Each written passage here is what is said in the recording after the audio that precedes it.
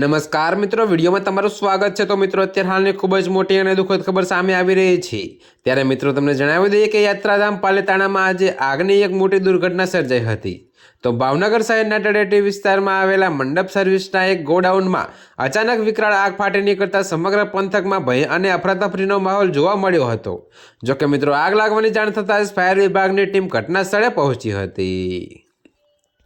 જી હા મિત્રો, તો તમને વધુમાં જણાવીએ કે પાલિતાણાના ગિરિરાજની તળેટી જેવા ગીચ અને મહત્વના વિસ્તારમાં મંડપના સામાન રાખવાના ગોડાઉનમાં કોઈ અગમ્ય કારણોસર આગ લાગી હતી।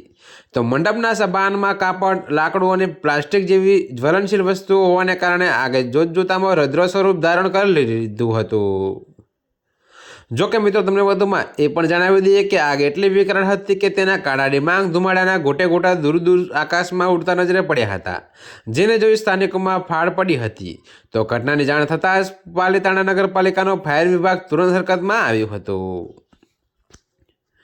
જી હા મિત્રો, તો ફાયર ફાઇટર્સની ટીમે ઘટના સ્થળે પહોંચી પાણીનો મારો ચલાવી આગને વધુ પ્રસરતી અટકાવી હતી। તો કલાકોની ભારે જહેમત બાદ અંતે આગ પર કાબૂ મેળવી શકાયો હતો। જોકે સદનસીબે આ દુર્ઘટનામાં કોઈ જાનહાનિના સમાચાર પ્રાપ્ત થયા નથી, જે મોટી રાહતની વાત છે। તો મિત્રો, અત્યારે હાલ માટે આટલું જ। મળીશું નવી અપડેટ સાથે। અને જો તમને અમારા વિડીયો પસંદ આવતા હોય તો વિડીયોને લાઇક, કોમેન્ટ, શેર અને અમારી ચેનલને સબસ્ક્રાઈબ કરવાનું ભૂલતા નહીં મિત્રો।